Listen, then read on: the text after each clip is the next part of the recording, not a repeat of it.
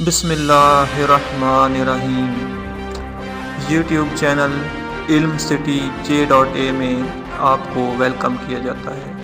Anchor person Hamid میر جو کہ جنگ گروپ سے وابستہ ہیں، ان کا ایک کالم جو کہ 27 فروری 2023 کو جنگ اخبار میں شائع ہوا، جس کا عنوان بے بس آئین کی کہانی ہے۔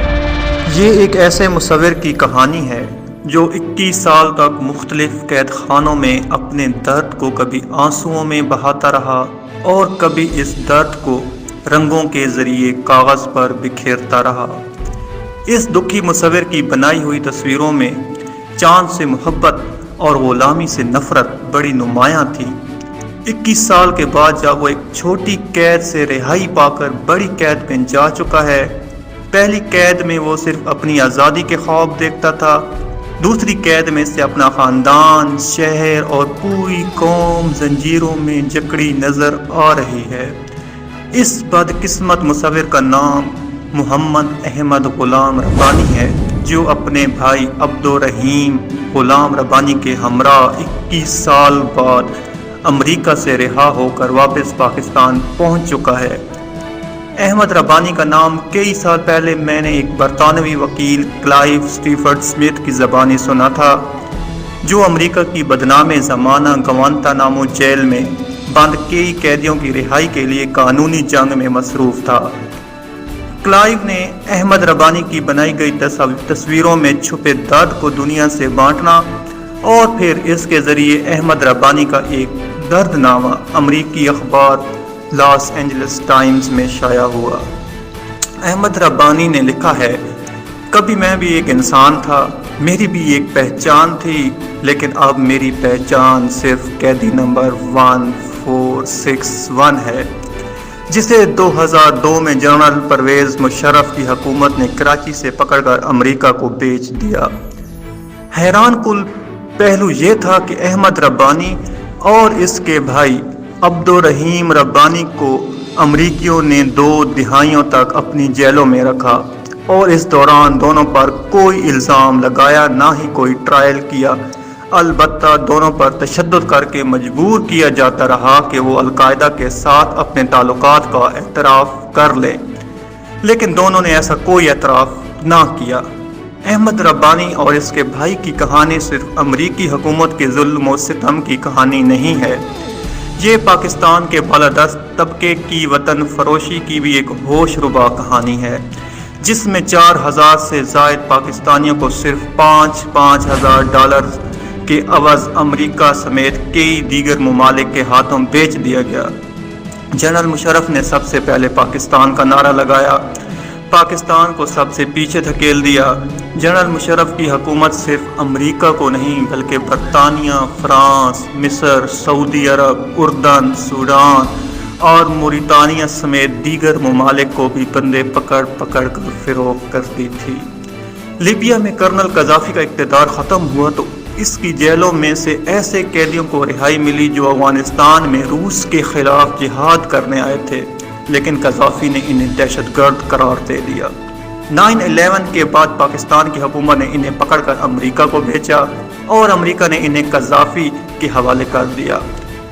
جنرل پرویز مشرف نے اپنی بردہ فروشی کا اعتراف ان دی لائن آف فائر کے انگریزی ایڈیشن میں تو کیا، لیکن سب سے پہلے پاکستان کے نام سے موصوف کی کتاب کا اردو ترجمہ شائع ہوا تو بردہ فروشی کا ذکر گول کر دیا گیا۔ پاکستان کے بردہ فروش حکمران جب اگلے جہاں کو سدھارتے رہے تو ان کے بیرون ملک بینک اکاؤنٹس میں کروڑوں ڈالر موجود ہوتے ہیں، لیکن پاکستان کی حکومت اس بردہ فروشی کے باوجود $1 کی محتاج ہے۔ ستم ظریفی دیکھیے کہ 2002 میں امریکہ نے پاکستانی اداروں سے کہا کہ انہیں حسن گل نام ایک آدمی چاہیے جو اسامہ بن لادن کے لیے کام کرتا تھا۔ یہ آدمی سعودی عرب میں پیدا ہوا تھا، لیکن پاکستانی شہری تھا اور روانی سے عربی بولتا تھا۔ پاکستانی اداروں کو حسن گل تو نہ ملا، البتہ انہیں احمد ربانی کے بارے میں علم تھا کہ یہ شخص سعودی عرب میں پیدا ہوا ہے، لیکن کراچی میں رکشے چلاتا تھا۔ سعودی حکومت نے اسے جعلی دستاویزات پر ملازمت حاصل کرنے کے الزام میں ڈیپورٹ کر دیا تھا۔ احمد ربانی بھی اچھی عربی بولتا تھا، لہٰذا ربانی اور اس کے بھائی عبد الرحیم ربانی کو حسن گل اور اس کا ساتھی بنا کر امریکہ کو بیچ دیا گیا۔ امریکی ان دونوں کو کابل کی بلگرام جیل میں لے گئے، وہاں ان پر دن رات تشدد ہوا اور پھر وہاں سے انہیں گوانتانامو بھیج دیا گیا۔ قدرت کے کام دیکھیں، اصلی حسن گل 2004 میں عراق کی کردستان سے پکڑا گیا۔ اس پر الزام تھا کہ وہ اسامہ بن لادن کے خطوط لے کر ابو مصعب الرزقاوی کے پاس جاتا تھا۔ امریکیوں نے 2 سال تک اس کی تفتیش کی، اس سے کوئی خاص انفارمیشن نہ ملی تو اسے پاکستان کے حوالے کر دیا گیا اور پاکستانیوں نے 2007 میں اسے رہا کر دیا۔ یہ صاحب 2012 میں شمالی وزیرستان میں ایک ڈرون حملے کا شکار ہو گئے۔ احمد ربانی کو حسن گل سمجھ کر گرفتار کیا گیا، لیکن سارا بھید کھل جانے کے بعد بھی احمد ربانی کو رہا نہ کیا گیا تاکہ وہ رہائی کے بعد دنیا کو یہ نہ بتا دے کہ دنیا کی طاقتور ترین انٹیلیجنس ایجنسیاں کتنی نالائق ہیں۔ جنوری 2022 میں سینیٹ آف پاکستان میں سینیٹر مشتاق احمد خان نے یہ سوال اٹھایا کہ احمد ربانی اور اس کے بھائی کو بغیر ٹرائل کے امریکی قید میں کیوں رکھا گیا۔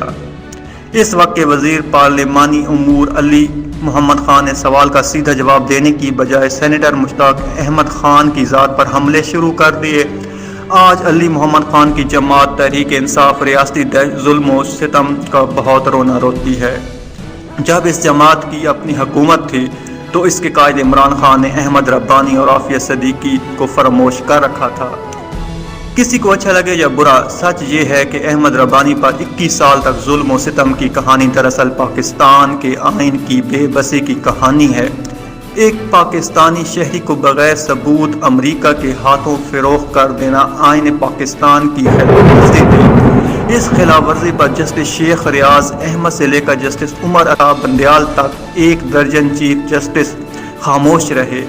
جب پہلی بار آئین توڑنے والے ڈکٹیٹر جنرل پرویز مشرف کو ایک بہادر جج نے سزا سنائی تو 2019 میں وزیر اعظم عمران خان نے army chief general Qamar Javed Bajwa اور چیف جسٹس گلزار احمد کے ساتھ مل کر اس جج کا فیصلہ معطل کروا دیا اور فیصلہ معطل کروانے والے جج آج سپریم کورٹ میں بیٹھے ہیں۔